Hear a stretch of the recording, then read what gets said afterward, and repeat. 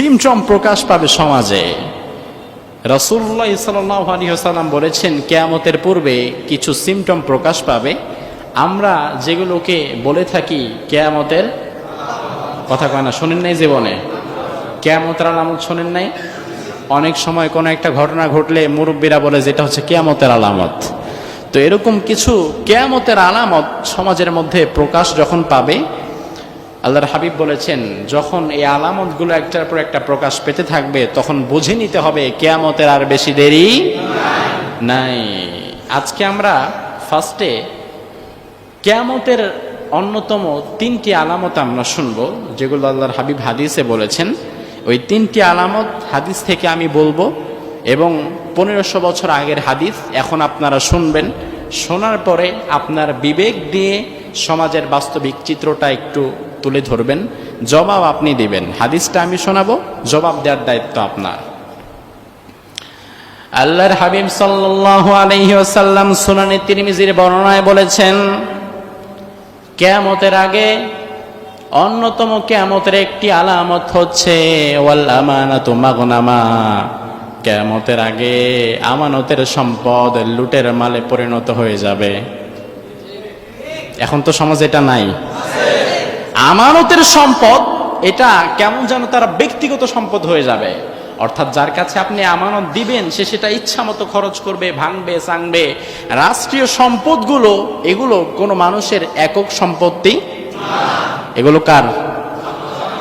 আমাদের সবার। এর মধ্যে আমার ভাগ আছে, আপনার ভাগ আছে, রিক্সাওয়ালার ভাগ আছে, কুলিওয়ালার ভাগ আছে, ঠেলাওয়ালার ভাগ আছে, মাদ্রাসার হুজুরের ভাগ আছে, মুয়াজ্জিনের ভাগ আছে, সবার ভাগ আছে।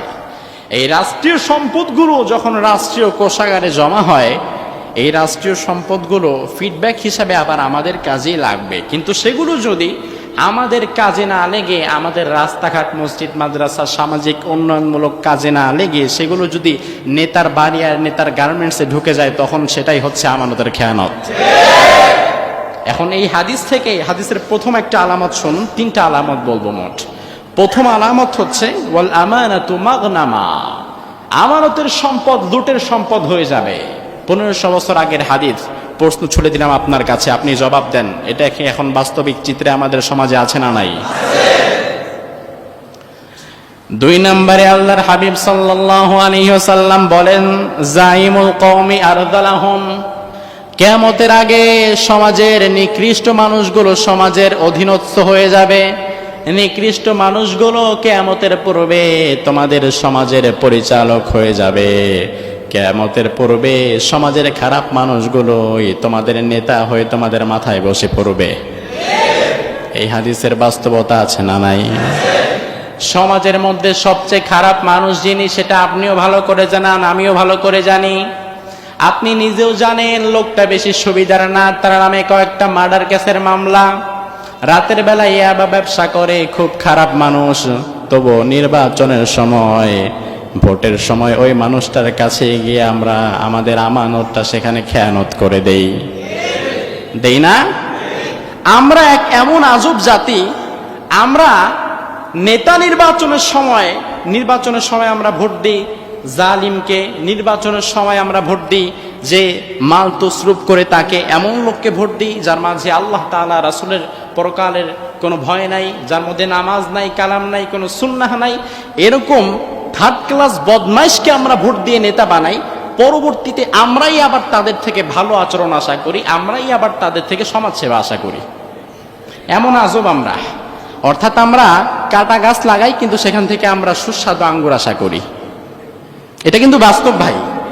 আমানতের খেয়ানত আপনি উপরের দিকে কেন, আপনি নিজের দিকে তাকান। আপনি নিজেই তো মিয়া নির্বাচনের সময় আমানতের খেয়ানত করেন না? আপনি নির্বাচনের সময় 2 কাপ চায়ের বিনিময়ে আপনি ভোটটা অন্যদিকে দেন না?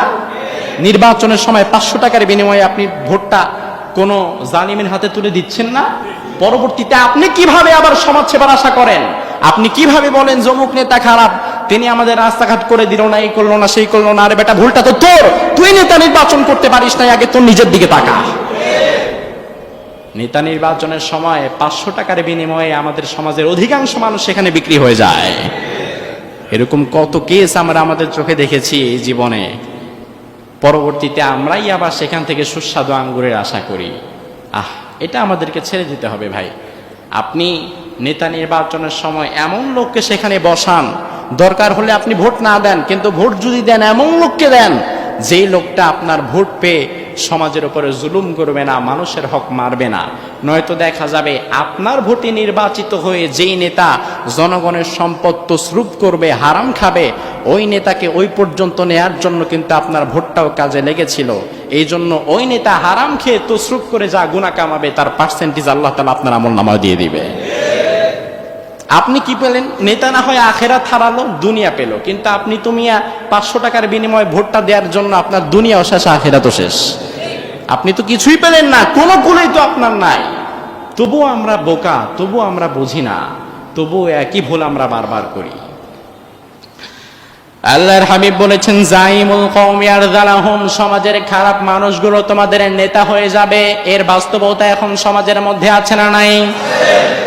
এরপরে আল্লাহ রাব্বুল আলামিনের হাবিব বলেন, 3 নাম্বার কিয়ামতের আলামত হচ্ছে ওয়া উকরিমার রাজুলু মাখাফাতা শাররিহি, সমাজের খারাপ লোক, নিকৃষ্ট লোক, ওই নিকৃষ্ট লোকের সামনে দিয়ে যখন কোনো ভদ্রলোক হেঁটে যায়, ভদ্রলোকটা নিকৃষ্ট লোকের সম্মান নাই, কিন্তু নিকৃষ্ট লোকের সামনে তাকে সম্মান দিবে, তাকে সালাম দিবে, শুধুমাত্র তার অনিষ্ট থেকে বাঁচার জন্য।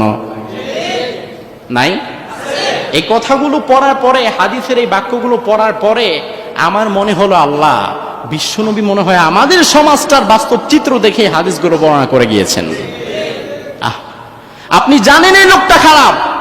আপনি ইউনিভার্সিটিতে দেখবেন, ইউনিভার্সিটির বড় ভাই, সিনিয়র ভাই, আমি জানি সে সিনিয়র ভাই খারাপ, সে মেয়েদের নিয়ে উল্টাপাল্টা কাজ করে, সে বিভিন্ন উল্টাপাল্টা ব্যবসা করে, কিন্তু তার সামনে দিয়ে যান, আপনি ভদ্রলোক, কিন্তু একটা সালাম দিতে হবে। সালাম না দিলে, কিরে সালাম দিলি না, আয় এদিকে, এবার র্যাঙ্কিং এর কবলে পড়তে হবে আপনাকে। এটা হচ্ছে ইউনিভার্সিটির ভেতরে। আর বাহিরে দেখেন, আপনি জানেন আপনার ওয়ার্ডের চেয়ারম্যান সাহেব খারাপ, আপনি জানেন লোকটা ভালো না, আপনি নিজেও জানেন যে এই লোকটা মানুষের হক মেরে খায়, গরিবের হক দেয় না, মানুষের চাল ডাল গম টিন সব চুরি করে নিজের গোডাউনের মধ্যে ঢুকায়। এগুলো জানার পরেও তার সামনে যখন যান, চেয়ারম্যান সাহেব আসসালামু আলাইকুম, ভালো আছেন, শরীরটা ভালো, যাক আল্লাহ ভালো রাখুক। পরে দূরে এসে আপনি বলেন যে শালার বেটা, চোরের ঘরে চোর, যত সব আসছে চোরের দল। এরকম নাই সমাজে? কিন্তু আগে সালাম কেন দিলেন? কথা কন না, কেন দিলেন? এই ভয়ে যে সালাম দিতে হবে, মাখাফাতা শাররিহি, এটাই আল্লাহর হাবিব হাদিসে বলেছেন, সুনানে তিরমিজির হাদিস, যে ওই দুষ্ট লোকের অনিষ্ট থেকে বাঁচার জন্য ঠেকায় পড়ে তার একটা সালাম দিয়ে দিবে। ও নেতা, তোমার যে মানুষ সালাম দেয়, তোমার সামনে মানুষ স্লোগান দেয়, মনে করো না এগুলা ভালোবাসা থেকে দেয়। তুমি এমন কাজ করে যাও যেন যখন ক্ষমতায় থাকবা না, তখন যেন মানুষ তোমার দেখলে সালাম দেয়, তোমার জন্য চোখের পানি ফেলে। এমন কাজ করো না, ক্ষমতায় যতদিন আছো সালাম পাওয়া, ক্ষমতায় নাই তোমার সালাম তো দূরের কথা, জুতার বাড়ি জুটবে তোমার কপালে। এই জন্য এমন কাজ করিও না। আল্লাহর হাবিব সমাজের বাস্তব চিত্রগুলো কেমন যেন হাদিসের মধ্যে ফুটিয়ে তুলেছেন। একজন দুষ্ট লোক, তার থেকে বাঁচার জন্য তাকে সালাম দিবে, তাকে সম্মান করবে, দূরে এসে ঠিকই গালি দিবে, কিন্তু তার সামনে যখন যাবে তাকে সম্মান করবে। এটা হচ্ছে আমাদের সমাজের বাস্তবিক কিছু চিত্র। Rose TV 24. Enjoy by listening to the Holy Quran.